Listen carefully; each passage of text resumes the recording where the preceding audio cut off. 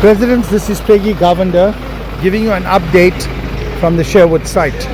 Most of you by now would know that there was an altercation between police and people from this Malawian grouping that's out here.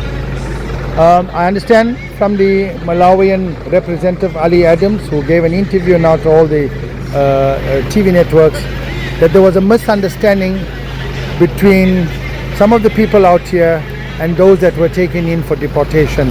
The misunderstanding arose from an SMS that came through that those that were taken under deportation were taken to prison. Until clarity was reached that in fact those people are not being taken to prison, they are already in Johannesburg. I believe that they may not be going to the Lindaleni or Lindani detention facility in Joburg, but they are being deported directly to Malawi. Having said that, I needed to point out from day one, we as the Residents Association, as the Ward Committee, had continuously asked the relative authorities that have come here on numerous occasions, including the mayor and police upper structures, that this area needed to be cordoned off from day one. And if we had done so, we would have not seen the population explosion that is taking place here. I have already knew that a number of these people are working and that they have saved money, they are not unemployed in this country, and that in fact they had the money to go home. When news started circulating through social media that this place is available and there's a possibility of free transport home, people started to congregate at the expense of our local community. I feel very saddened, as I said last night in my post, that every authority that I engaged with, I informed them of the need to cordon off this area and to control the number of people that were coming in. We should have turned them back.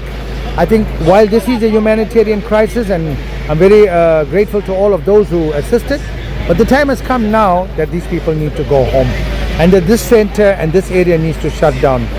In our meeting with the mayor the other day, we reached a consensus on that subject. But I also made it known to the mayor at that point that this area needed to be closed off. There were the Islamic organizations with me in that representation, both councillors were here, and the Imam of the mosque next door when I made that call. It was unfortunate that this thing still dragged on. It was unfortunate that the venue chosen by the mayor, they received opposition. But I have got clarity today that a new venue has been formed. The local community donors are setting up there, and a large part of the people are going to be moved off to that new venue. At the same time, I understand from Councillor Burns and others that there's a possibility that they're going to cordon off this area. It is a bit late, but at least let it get started.